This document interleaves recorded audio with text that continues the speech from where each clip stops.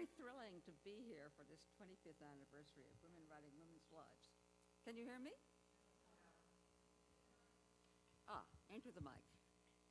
Closer. Closer? How's that? Good? Okay.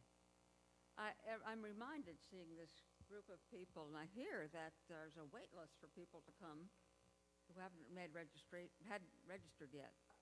I'm reminded of the early 70s when I was going up to Cambridge to read Margaret Fuller manuscripts or manuscripts about her in the Houghton Library at Harvard or to the Boston Public Library, how rare it was to see a woman in the archives. And passing one another, we would give each other conspiratorial smiles sometimes. It was that unusual. So times have really changed, and this is one of the most exciting developments because the women's movement, I would say, made us self-conscious in a totally new way, made us self-conscious as women, made us self-conscious as a group. And we then had to ask ourselves who we women have been, who we are, and who we might be. And it became extremely important to know as much as we could about other women. And there were things to read, but relatively little. And it became important for us, so important for us to know about other women that we had to write those materials ourselves. We made women's story, you can say, was a dark place on the map of human experience. And it was our job to push back the dark, make more space, more light, to see women on that map, and gradually to set down their names on the map. And it was amazing to be part of that process. Whose lives are we interested in?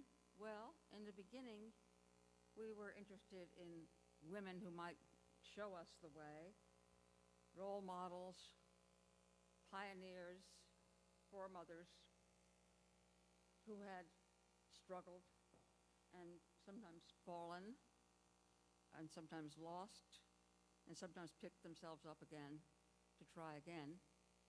We were interested in women who triumphed over extraordinary odds, or who were once noted but subsequently neglected or scorned and or belittled and or distorted. My subject, Margaret Fuller, fit that description. Women whose stories we never see, we never hear about because they belong to a group we don't know or don't hear about because of race or class or education.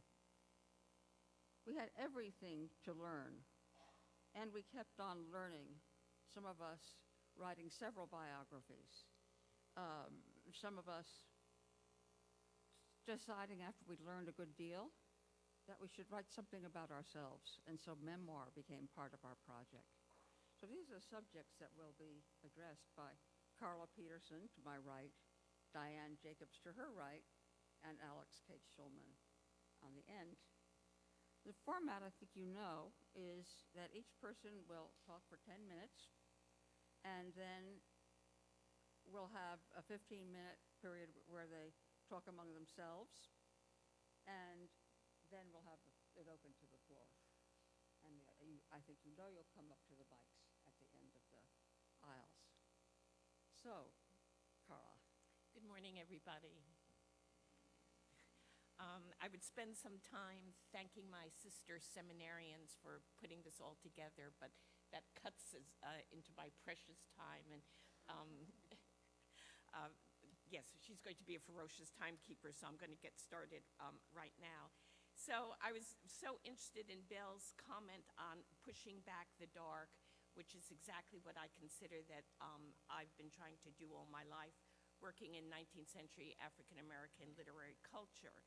And what I'm going to do today is, in essence, rewrite my book. So this is my latest book, which is a family history, and where 3/4 of the book is about men, my great-great-grandfather and my great-grandfather. And what I'm going to try and do today is take all the men out of my book and talk about the women. So it cuts the book down by 3/4, but there's still a substantial amount there. The initial call, when I got asked to do this, the title of this panel was going to be Whose Lives Are Worthy? And the "are worthy" has been cut out, but at the time when I started thinking about this, it was in. So I'm going to start with a quote given in 1879 by a very eminent African-American man, Alexander Crummell, who was an Episcopal theologian and, as I said, very eminent. And he's thinking back to his early years in New York in the 1830s, and he expresses his surprise with meeting Maria Stuart, who had recently arrived in the city. And what he says is, he expressed surprise at encountering a young woman of my own people, full of literary aspiration and ambitious authorship. In those days, he maintained, the desire for learning was almost exclusively confined to colored young men. There were only a few women in New York who thought of higher things, and it was a surprise to find another added to their number. So Alex earlier said to me that she thought this was gracious language. I'll leave it up to you to decide. So it seems to me that what Crummell is doing is really pointing very directly to the issue of worthiness. Who is worthy, who is not, whose thoughts and actions are worthy, whose are not, and then, of course, whose thoughts and actions are worthy of being preserved in the archives. And so that's the topic of what I'm going to be talking about today. I want to start with a little bit of a theoretical paradigm, but it's going to be very brief, and address the question of silences in the way that the eminent historian Michel Rolph-Trouillot once did. And he identified 4 kinds of silences. The first silence is the silence of the source. That would be that worthy black women simply did not exist in New York, the absence of bodies and of action. The second is the silence of the archives. That is, that there were black women who did things, but somebody or other, Alexander Crummell and others, decided that their lives, their actions, their thoughts were not worthy of being preserved in the archives. The third then would be the silence of historical narrative. If you don't have sources, if you don't have archives, you're not going to be able to write a historical narrative. And then the last is the silence of history. Black women are pushed in the dark, are in darkness. So in my talk, I'm going to focus on the first 2 silences, that of the sources and of the archives, because the writing of history and what we know about history is dependent on those 2. And so my question really is the silence, it's the difficulty of finding material on antebellum black women in the North. Is it due to the silence of the sources or the silence of the archives? And if it is the silence of the archives, is it then possible to go and ferret around and then rewrite another narrative? So that's the beginning of my talk, and at the end, I'm going to talk about, just very briefly, about an existing historical narrative late in the century that exists, but that archival research suggests that we need to rethink. So the archive on black women in the antebellum period is very slim, but it exists mostly in Philadelphia and in Boston and not in New York. And I have pages on why, that I'm not going to go into. But the one thing that I'll say is that interracial abolitionism, it seems to me, made a huge difference. It was much more, interracial abolitionists was much more alive, much more of a vibrant movement in those cities than in New York. And of course, a key figure here is William Lloyd Garrison, who was both an abolitionist and a feminist. New York presents a somewhat different situation, and their activism really pointed to male issues. So I'm going to quickly name a couple, male issues and others. So one issue was the right to vote, which had been taken away from black men in the 1820s. And so much of the black community's activity in New York at the period was getting back that right to vote, which had very little then to do with women. Another was the presence of the Tappans as opposed to Garrison. Another was the presence of Southerners in this city, and it's much more, to much greater extent, than in New York or in Philadelphia, which then meant that I think that the whole emphasis on respectability fell to a greater extent on black women in New York than elsewhere. So the question is then, given those reasons why there's a greater kind of silence around black women, how do we go and look at them? So the first thing people have done, scholars have done, this is kind of where the field has remained, but it's changing slightly, is to look at white institutions and go through the back door. So one of the things I did, or the chimney, or the side window, or whatever, one of the things I did was look at the records of the Public School Society and found listings of black women as teachers. Caroline Rowe, Elizabeth Rowe, Eliza Richards, Sarah Ennals, Maria DeGrasse, Fanny Tompkins, Rebecca Peterson. And I found the names, but no stories about them, nothing about their accomplishments. Another place where I looked was the Colored Orphan Asylum, which was established by white women in the 1830s in order to take care of colored orphans. But the organization remained very much dominated by white women, and there is a mention that a black woman becomes a matron in the 1850s, but there's no name and no discussion of her. So what to do? I turned to black sources and looked here and there and came up with a really interesting narrative, which shows that black women in New York did indeed participate in the broader public sphere, in anti-slavery work, in the draft riots, and in the Civil War.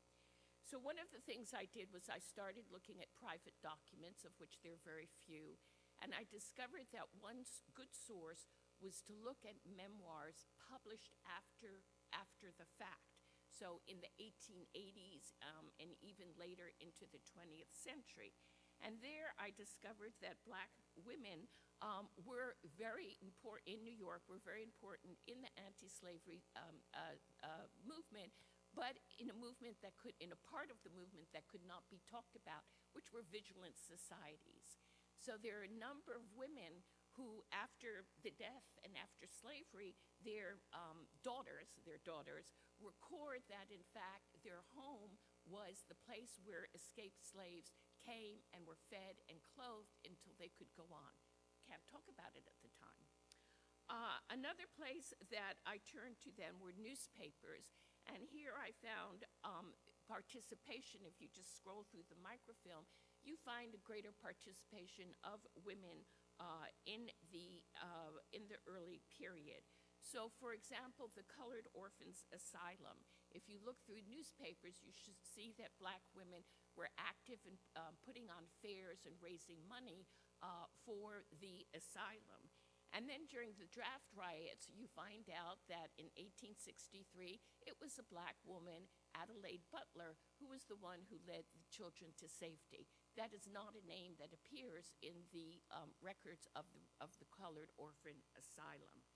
During the Civil War, again, if you look through newspapers, you see the participation of black women, how they're like, black men are now soldiers, we're not gonna sit by idly. And they formed two organizations, first the American Freedmen's Friends Society, and then the Ladies' Committee for the Aid of Sick Soldiers. And that's where the soldiers were camped out on Rikers Island, and they would trek out there and take care of the sick soldiers. They established a kitchen to feed them, and so forth. So it's through scrolling through newspapers, black newspapers of the period, that we can find some of this material. The last thing I want to do then is look at the post-war period and look at very briefly talk about the Black Women's Club movement. So there we have an existing narrative. We absolutely do. And it goes that in the 1890s, black women formed all kinds of clubs, and in 1896 came together to form the National Association of Colored Women's Clubs. And on the other side was the white women's clubs, and the historical narrative is that they were two very separate and very segregated movements. And the famous story is that of Josephine St. Pierre Ruffin, who was refused entrance to one of the white clubs. So I was looking through the Brooklyn Daily Eagle, of all places, not a newspaper that was particularly friendly to blacks, not someplace where you would expect to find material, and came across a reference to the King's Daughters. This was a white created organization where women were invited to form circles, local circles of 12 women, and go out and do good. And what I found, so the article was really on white women, but what I found out was that a couple of the white women's circles had joined up together with a black women's circle, of which my great-grandmother was a part, and together they worked on the Zion Home for the Aged in Brooklyn. And unlike the colored orphan asylum, their black women were on the board of managers along with white women. So this is a story, a narrative that exists, but that needs to be rethought and rewritten. And I know I'm running out of time, so I'm going to end there. And how am I going to end? Just by saying that I've always found thinking about Trouillot, using Trouillot's paradigm, to be really useful and to really question, is it a silence of the sources? Is it a silence of the archives? Whose lives are deemed worthy? Whose lives are deemed unworthy? Thank you. Great. Very good, very good. Well, Carla, thank you. Can people hear me? Thank you so much. That was really fascinating. I'm going to speak a little more specifically about how the zeitgeist and second wave feminism in particular affected my decisions when I was writing my 3 biographies, and also during the process of writing the biographies. When I began writing professionally in the early 70s, we were coming out of that dark age that Belle was talking about, where the only women's lives deemed worthy of biographies were maybe Florence Nightingale, Marie Curie, and a few British queens. And I was a wannabe film critic, so I was most interested in the woman's voice in the movies. I remember many heated discussions with men, I was in graduate school at the time, who would claim that women could never achieve the kind of movie ecstasy that they could. And this was basically, I was told by one man very seriously, and then everyone chimed in and said, yes, this was true, because women could never really understand the Western genre. And I never quite understood if that was because women would never ride horses or drink whiskey as profusely as men, or if there was really some profound pioneering code of honor that was either too profound or maybe too silly for a female to understand. But I didn't pay too much attention to these male gazers because the early 70s were a pretty good time for women movie critics. All my friends of both genres were racing weekly to see what Pauline Kael had to say about Bertolucci's Last Tango in Paris, or Martin Scorsese's Taxi Driver, and Molly Haskell's 1974 From Reverence to Rape, which really had a lot to say about the male gaze and what it was lacking was it had, first of all, it had gained a major publisher, which was quite unique at the time. And it was also the topic of conversation everywhere I went. So I myself began by writing 2 books. One was called Hollywood Renaissance, about the, in quotes, new American filmmakers like Martin Scorsese and Francis Ford Coppola. And one was about Woody Allen's, an analysis of Woody Allen's early films. And it never occurred to me when I was writing or conceiving either of these books to write about a woman. And I think that was not an abnormal thought not to come to me, because with a few exceptions like Agnes Varda and Chantal Ackerman, and I'd say Barbara Koppel in this country, but she was a documentary filmmaker. Somehow that was a little bit different. There just weren't any women directors to be discussed. So when I set out to write my first biography, I went with my bliss, which was also part of the zeitgeist at the time, and I wrote about the 40s writer-director Preston Sturges, whose films I adored and whose life sounded like a screwball comedy itself. While he obviously wasn't a woman, his movies were all about them. And in films like my all-time favorite, The Lady Eve, or in Miracle at Morgan's Creek, the women weren't good women or bad women, as was really the rule during that era. Let us be crooked but never common, one of my favorite lines from The Lady Eve, seemed to describe them all to a T. The more I researched, the more I realized that these women characters in Sturges' films were really based on his mother, Mary Desty, who, when he was a child, dragged Preston, in his words, all over Europe, trying to keep up with Isadora Duncan, and in search of high culture and men.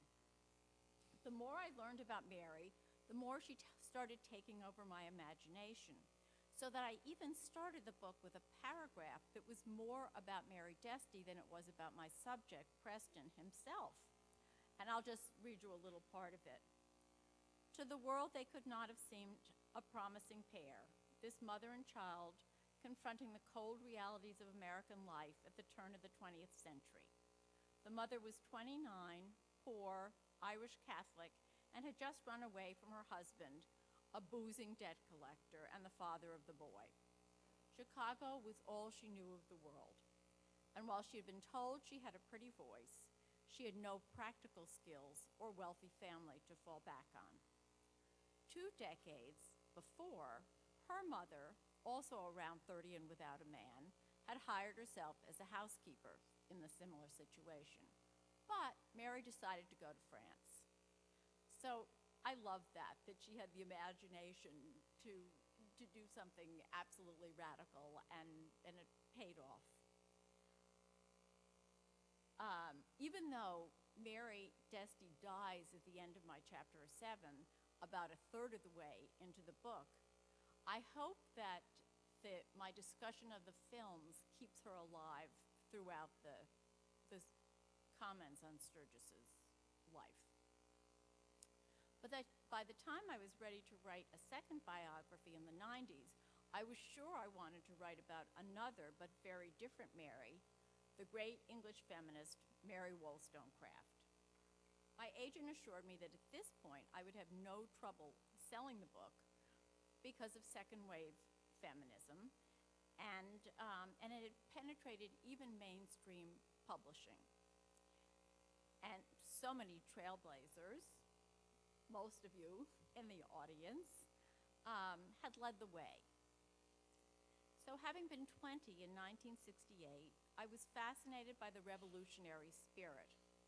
And my plan was to concentrate on Mary Wollstonecraft's participation in the first French Revolution with its lofty ideas and grisly guillotine. And while I had lots of trouble with the editor of this book, In fact, I felt a little like the decapitated Louis XVI by the time we were finished. At least I am quite certain that no one ever said to me, "Could you please entitle this Mr. and Mrs. Godwin, or worse still, Godwin's wife?" But I did learn that the male characters in Mary Wollstonecraft's life fascinated me almost as much as Mary Desty had in my biography of Sturgis. Joseph Johnson, her editor, Gilbert Imlay, her dastardly lover, they were all very fascinating characters. So my book was not just about a woman in isolation, but about a woman in the larger world. My most recent book, Dear Abigail, The Intimate Lives and Revolutionary Ideas of Abigail Adams and Her Two Remarkable Sisters, was even more female-centric than the Mary Wollstonecraft biography. Biographies of women who weren't but should have been well-known in their own right, and now, too, women who were wives or sisters of famous men were being published quite regularly. I was particularly stimulated by Betty Caroli's book on First Ladies. About 10 years before, I'd reviewed a book called The Adams Women, which was basically about the wives of John Adams and John Quincy Adams. But there were also these very tantalizing sections about Abigail Adams' two sisters, Mary and Elizabeth. From what I could tell, they were both as intelligent and ahead of their times as Abigail was. And but for the fact that they didn't marry presidents, they would be as well known. The author of this book ended his acknowledgement saying, "Someday someone will write a book about the three sisters from Weymouth," which is where they were from. And I had an aha moment and said, "Yes, that's me." It didn't hurt that both my agent and the editor who initially bought my book both had two sisters. So, and I should also say this was a very good time for publishing, the early 90s.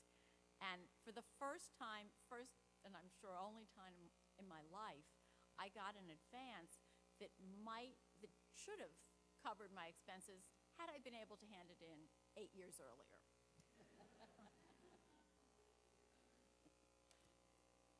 In the context of the early 2000s, I was emboldened to write not just about three women, two of them altogether unknown, but about a subject which had always fascinated me, and that was female friendship. My theoretical question, as I began, was what distinguishes friendships between women from friendships between men or friendships between a woman and a man? And to stretch that a little further, what did sisterhood mean in my character's era, but also in my own?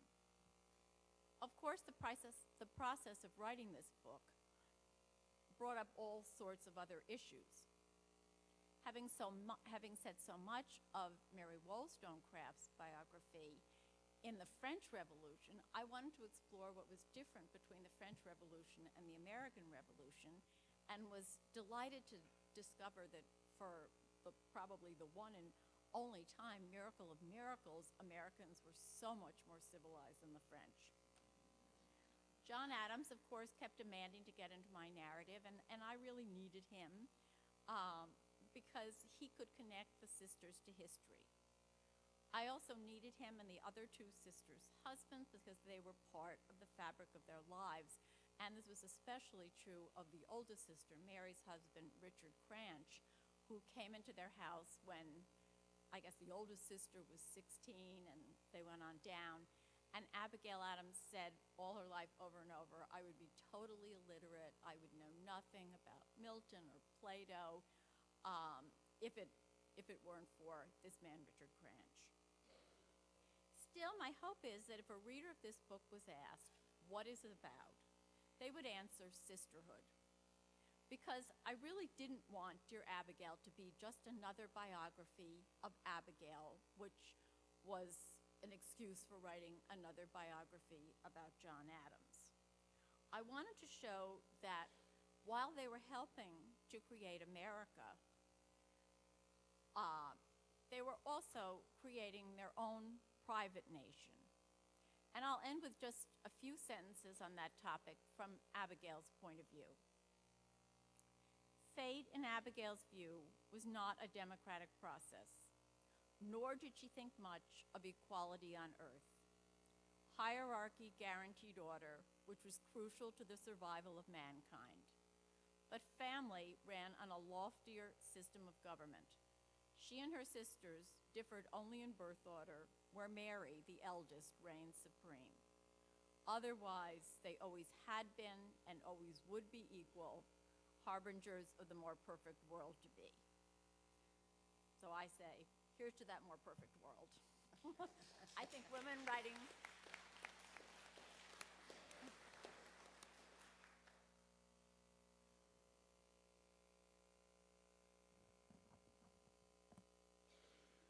Is it on? yes. It is? Yep, you can hear me? Okay, thank you.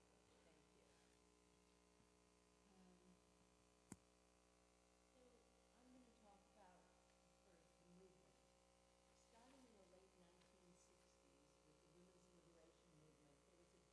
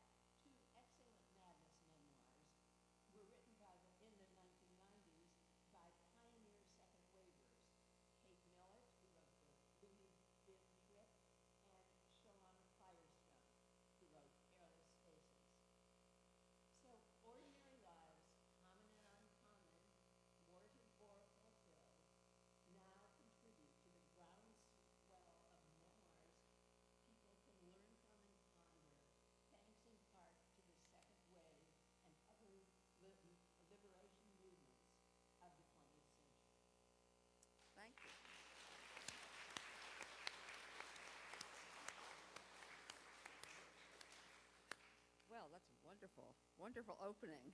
Can you three have some comments or questions for one another?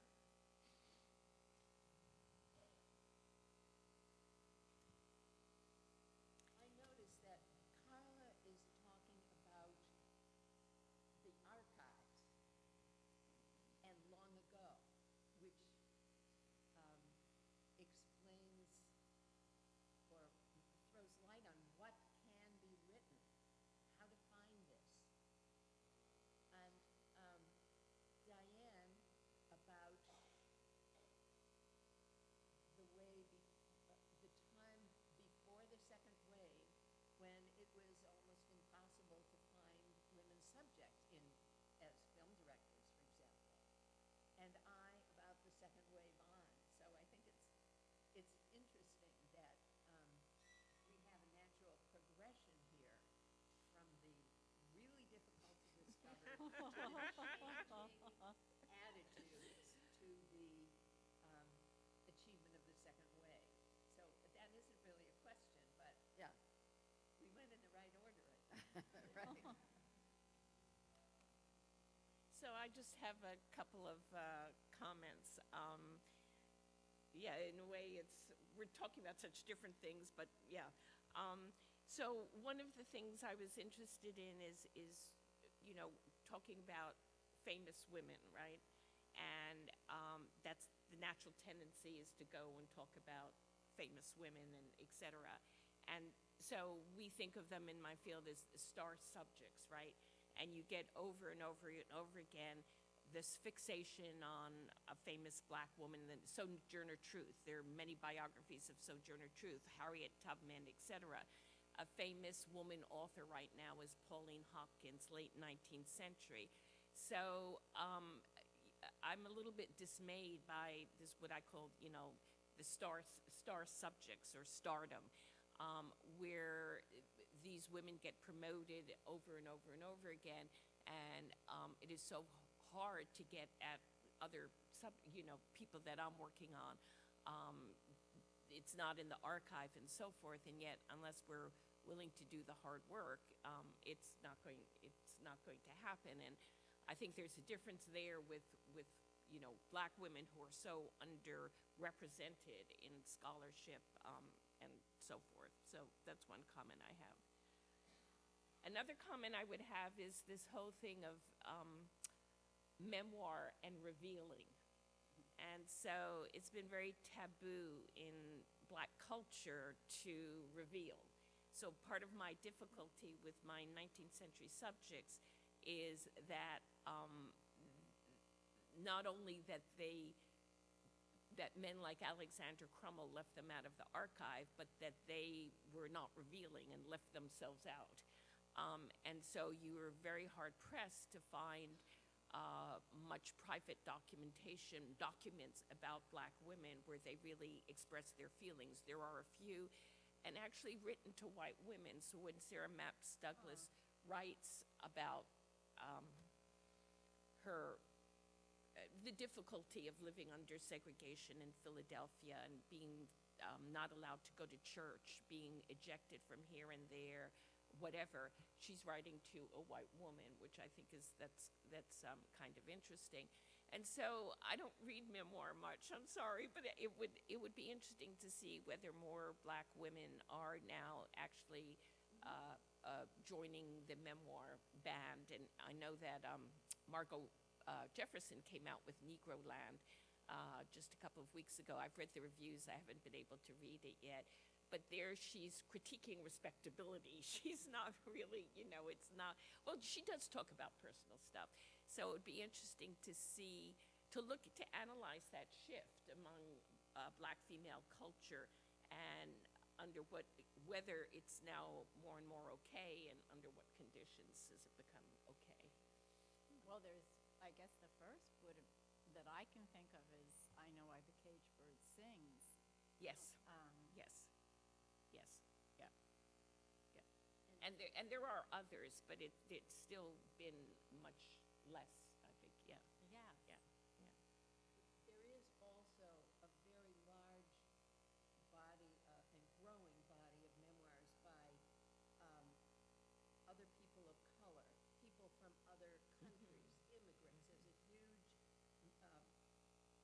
proliferation of memoirs by immigrant women and also people who write about their immigrant families.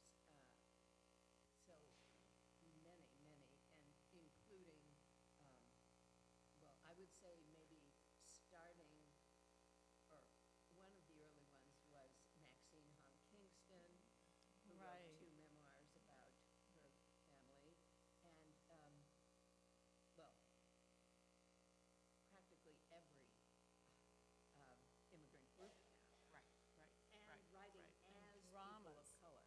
right, right, right. I think also that theater is really ahead of biography and memoir, because you see so many plays now that really are about Black people. Yeah, and theater, of course, is, distancing, right? There are other third persons up there on the stage. And so that would be, again, Yeah, even if kind it's of a a life technique. story, Yeah, it's yeah. there's the You've got a distance. character with a name who's up there on the stage and who's not you. And you can do it in a small arena as well, so Right, right. it doesn't require the large audience. I think that one of the virtues of this flowering of memoir is that these memoirs will be there in the archive for Yeah. biographers and historians 100, 200 years from now. So it is a proliferation of sources for the future as well. Because otherwise what you have are histories, but they're secondary. I mean, they can lead you to primary sources, but they are not primary sources themselves, as memoirs are. You can hear I want to defend memoirs. I think it's interesting that there's a kind of sequence, a kind of question running through about the role of feminism in your work. I mean, I think you wrote, Alex, because you were becoming a feminist. I mean, that was your motive, and that's what saw you through, and inspired you, and inspired people who worked with you, and it kept proliferating. Where it sounds like Diane became more and more a feminist as she worked, partly because of her work, and partly because the times were more and more receptive. It wasn't so out of question to pursue women's lives. And I don't know how you'd put it, but I know you have spoken just now of a certain amount of reserve that Black feminists have about private areas for very obvious reasons. They've got to protect oneself from attack.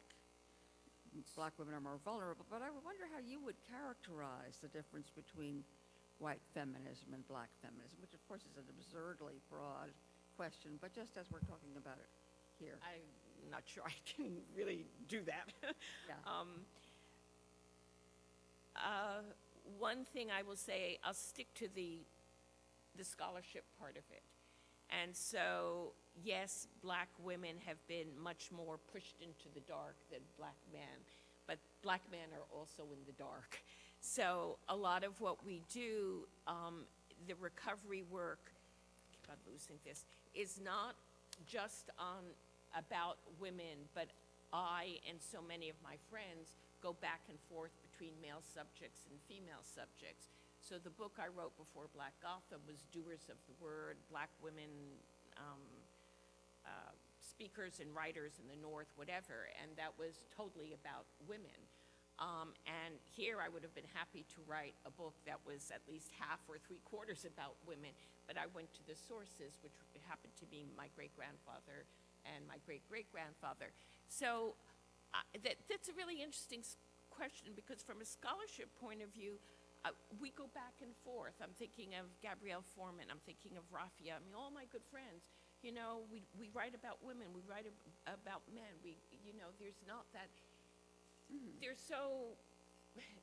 Yeah, the darkness is so huge Right. that you Right. you write about what compels you and what you find there. Right. Yeah. So but there's one other thing I wanted to say in relation to that, which is about relationships.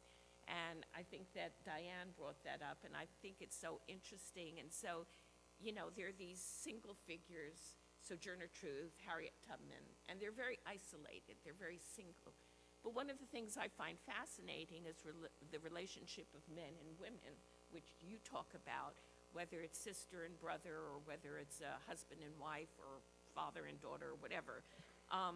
And also the idea of sisterhood. So the women I talked about today, they're not alone. So, these teachers, these public school teachers were together.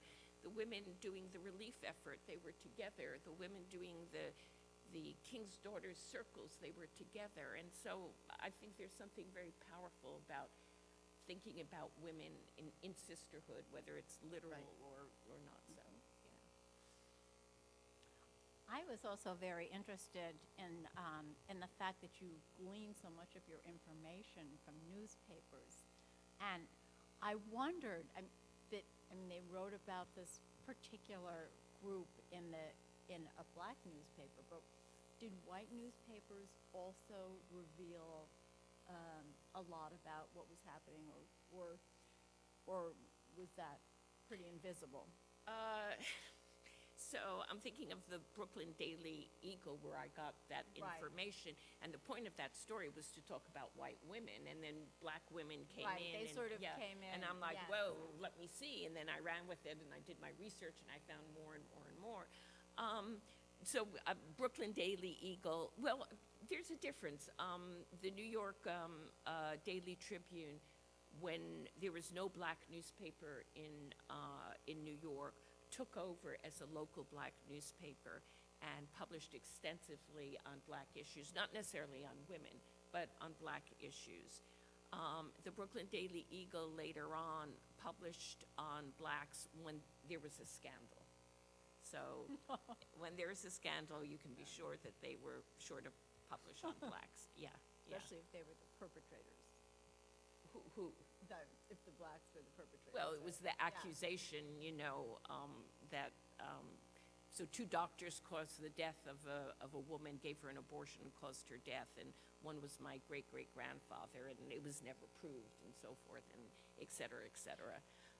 So I think it depends. Yeah. The Brooklyn Daily Eagle is also where Walt Whitman wrote about Margaret Fuller after she died, which is kind of interesting. Newspapers are quite amazing. Yeah. I found, when I was doing my Mary Wollstonecraft research in particular, I found so many events that you would see historians viewing in all different ways, and then you see them immediately, being portrayed as they were seen that day, and it's just fascinating.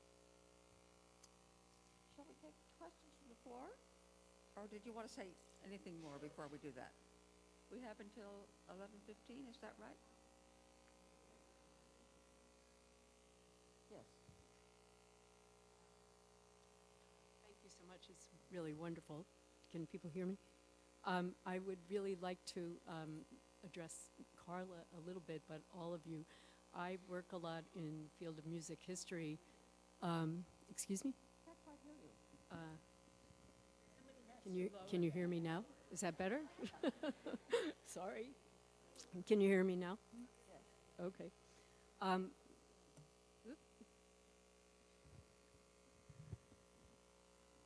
Thank you.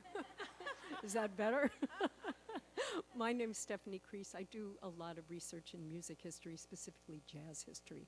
So another body of whose lives have been discussed and talked about, and I think it kind of goes along with biography in general, but sort of more activity in the jazz research realm. And so the sideline of that is more and more women who are prominent women and some not so prominent, whose lives have been discovered and then rediscovered. So it's kind of fascinating, because I've also been finding a lot of the research I'm doing right now having to go to black historical newspapers, more from the early part of the 1900s. So I'm very happy to hear about the Brooklyn historical newspapers, because I haven't even delved into that, and that's a great subject. you know, but I think we find the same thing in jazz music history. There are people who are, more prominent, or there's more written about them, or they've written more about themselves, you know, but then there's a lot of people who came from quite poverty-stricken backgrounds and don't want to talk about themselves. And they might have had such rough childhoods that you can hardly find a peep. And it's almost like you have to build this mosaic around them of who says what about them or who they might have said something to. So it's almost like I feel like there's not an archive in some pockets. I almost have to create a little resource. Is that something you've found, Ms. Peterson? Is that something you found? It's almost like when you speak about archive, it's like it's like you have to build your own archive of information. Absolutely. Yeah, yeah, no, absolutely. And you've got to love the chase and the hunt. And I know so many people who will I couldn't possibly do what you do. I mean, I'm thinking of going out to the Wisconsin Historical Society to track down one little tiny manuscript.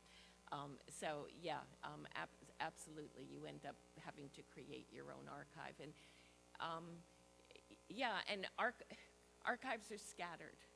I mean, that's enough if they're fragmented and they're scattered. And what we're trying to do is kind of pull it together and take a tiny piece and make a coherent whole, or make, I don't know, at least put the fragments together, and it's really, really difficult. Yeah.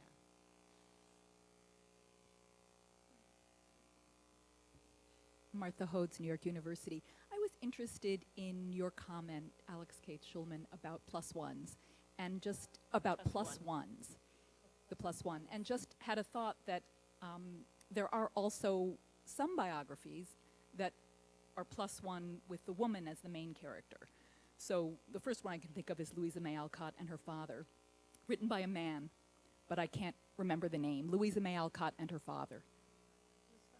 Sorry, Eden's Outcast, thank you. And the other that came to mind is Virginia Woolf and Her Servants. And I also can't remember the author of that, but it's a woman. But the question I wanted to ask is to the whole panel is something else that you brought up, which is you made the point that memoir doesn't require research.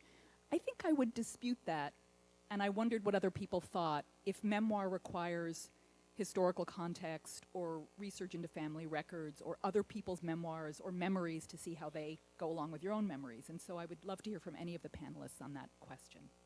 What I said was, doesn't require strong research skills. And I chose those words quite carefully, meaning you didn't have to have been trained in research skills the way biographers really need to. But of course, memoirs can be of another period, your great-grandfather, of your, there are all kinds of memoirs, and lots of them require some research. But the thing is, you can't be faulted for not having included things that you just don't feel like researching. Whereas that isn't the case at all with biography. You are allowed to write an entire memoir without one single bit of research. So that's really the distinction I was trying to make.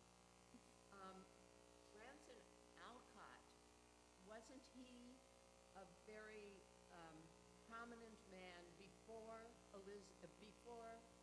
his daughter's prominence came Yes. about? He was also well known and a transcendentalist, but Louisa May Alcott is much more famous, I'd say. Much more well known. So I wouldn't call him exactly a plus one. A plus one is the extra person who doesn't otherwise count until the biographer has decided to put the spotlight on that person. I don't think that would be the case with the Alcotts, and I didn't hear the other example. I'm so sorry. The other example was Virginia Woolf and Her Servants. And her servants. Oh, I don't know that. I don't either. What is it? It's a book about Virginia written by a servant? No, it's about the servants of the Woolf family. Her and her servants. Oh, I see. Well, again, I don't know that either. isn't a biography of a plus one. That is a biography of an angle on Virginia Virginia Woolf. And if Virginia Woolf weren't in the time, I mean, she was not a lesser life in this particular biography. Right, and my point exactly was that women can be the starting point for those biographies. Of course, anything can be the starting point.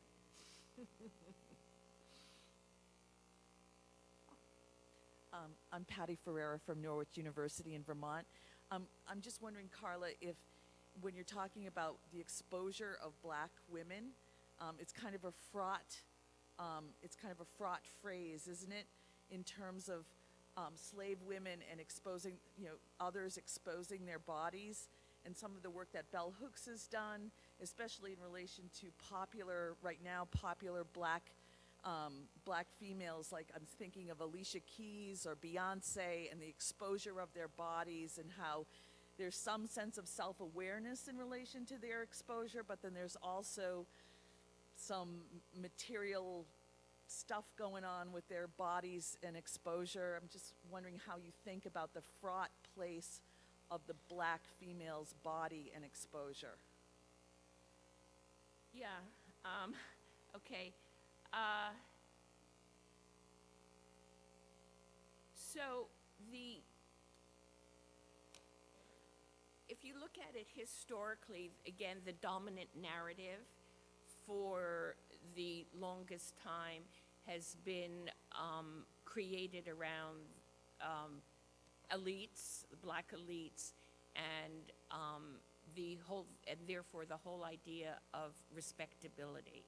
Okay, so black women, and there's a relationship between inner and outer. So you start with moral character. So the whole idea is to shape, good, strong moral character. That's the inside. And the outside sees itself is then shown, corresponds, and it's respectability. And that's really been the dominant narrative for a very, very long time. And then Daphne Brooks wrote a book titled Bodies in Descent. Bodies in Descent, there we go. Where she starts in the 19th century and talks about the way in which there were in fact black bodies in descent from very early on. So black women in the South, slave women, that's a whole other, subject with that, yeah, I won't go. I think we know a lot, having read slave narratives, about the exposure of the black female body and the way in which the slave narrative in the 19th century was not just read for information about slavery or for, to join the abolitionist cause, but was read as pornography. So you can think of, for example, Frederick Douglass describing the whipping of his Aunt Hester. Some people are not reading it to say, oh my God, how horrible slavery is, let's abolish it. People were reading it for, pornographic titillation. But to focus then more on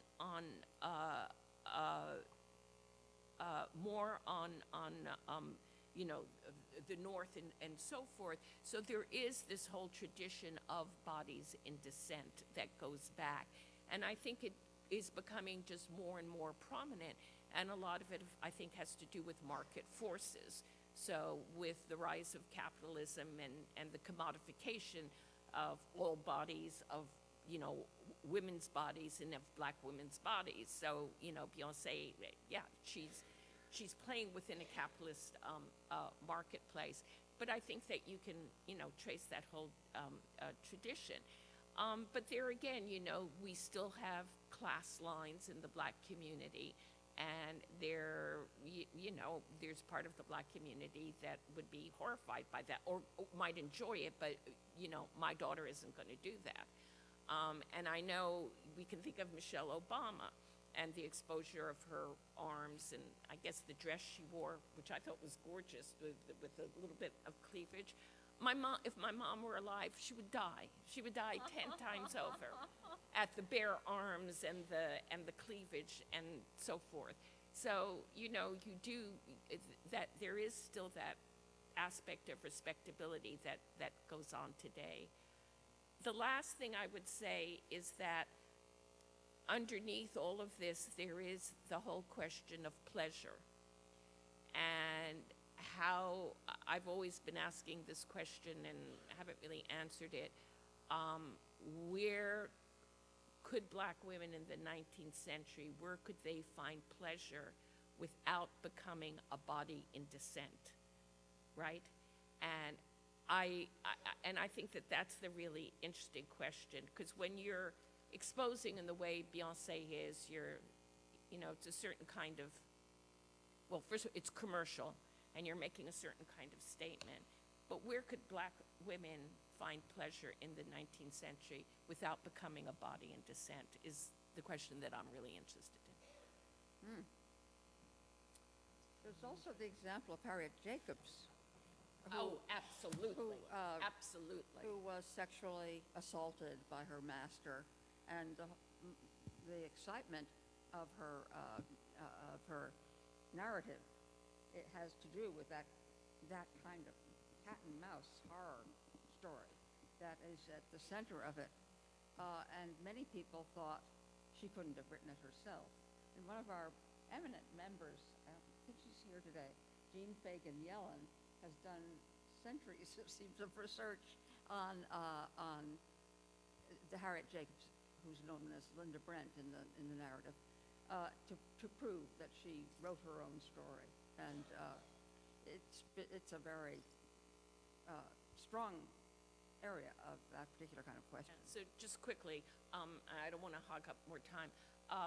If you reread the prefaces, you know them, and how Lydia Maria Child is always talking about that she's so concerned, they're both so concerned with the idea of exposure, and exposure of Harriet's body, but in very different ways.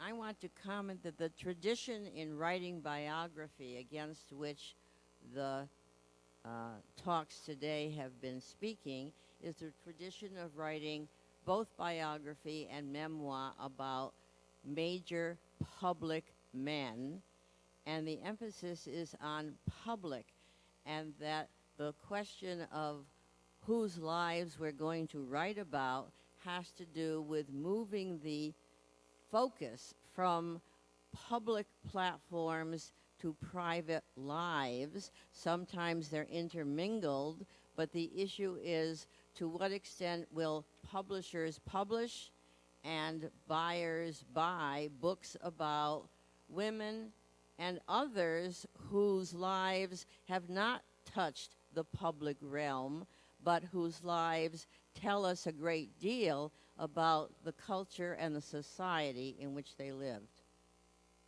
So I would like comment on it. I guess Doris Kearns Goodwin book about Lincoln is a fruit of the feminist biography movement, because she writes about Lincoln with tremendous political intelligence and historical knowledge, but she also makes a great point of writing about the home life of Lincoln and Seward and the others in his circle, so that the private and the public are in some sense merged. That's exactly what you were talking about. Reminded me of that. I think that the movement to write about non-famous people was a very strong one in the second wave, as I tried to describe, and publishers couldn't wait to publish those books. The one I mentioned, Diane Johnson's Lesser Lives, that was nominated for a National Book Award. It may even have won, I'm not sure, in 1972.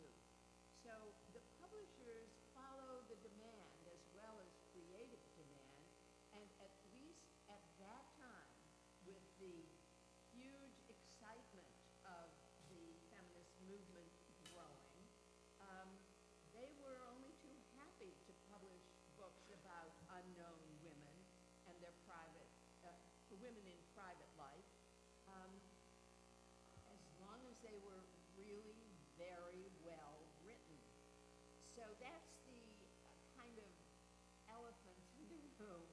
It's about writing, but that's not what our topic is. But actually, now publishers, well, all of those books by people of color that I mentioned before, in different those are hugely popular, and they get published, just as back in the 50s when people first started writing novels about the Jewish experience. It was a huge, it was easy to get published if you were a good writer. And so I think that that has to be asked as well. I think the subject written about counts less now than the writing. I think also the archive is very important, and if you have a diary that somebody wrote, I know when I was writing about New England, and that there would be these incredible diaries and that had gotten published. But there must have been other people who didn't keep diaries. Well, people like Ben Franklin's sister, where you have to really wring something out of other material. You have to talk around them. But if there's a diary, even if it's not well written, you can reconstruct it.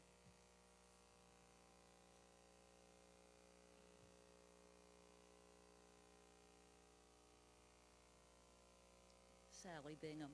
This is a little bit off the topic, but there is an aside between Carla and Diane that interested me, which was about theater. Do you remember what I'm referring to? Yes. I've been a proponent of women in the theater for many, many years, and one of the things I'm noticing now, I hope everyone is noticing, is that there are more plays written by women and even directed by women right now in New York than I've ever seen before. But I think you were saying, am I right, Carla, that somehow the theater is so distancing that it doesn't have the same effect as, say, a biography of a woman? No, we were talking about memoir. So in memoir, I assume there is a collapse between the eye of the eye of the self and the eye of the in the memoir. Right. And that in that sense it's a very personal form, and in contrast to the theater. I Yeah. misunderstood you. But do you have any thoughts about whether this is significant, that women's plays are being produced so much more frequently now? Do you think this has any application to our general topic here? That's really interesting, and I don't know. I mean, I'm not a theater person. I Right. don't know. But I will say that Black women are also writing plays in ever-increasing number. Yes. And it's really quite amazing, and the work is of white and Black women is really quite remarkable. So is. we have I'm from Washington, D.C., and there is a festival now. I think it's called Women's Voices. Right, Yeah. right. Yeah. Yeah. Yes. And that's just extraordinary. It is Yeah, extraordinary. It is. Yeah. Thank you. I think, just to throw in 2 cents, I think that a lot of it is because you can do theater for a small audience. You still don't see this in film. I mean, if a woman makes a film, it's just a major event, where that's not at all true in theater. Well, I guess this could go on and on, but we are supposed to close now, and I want to thank our wonderful panelists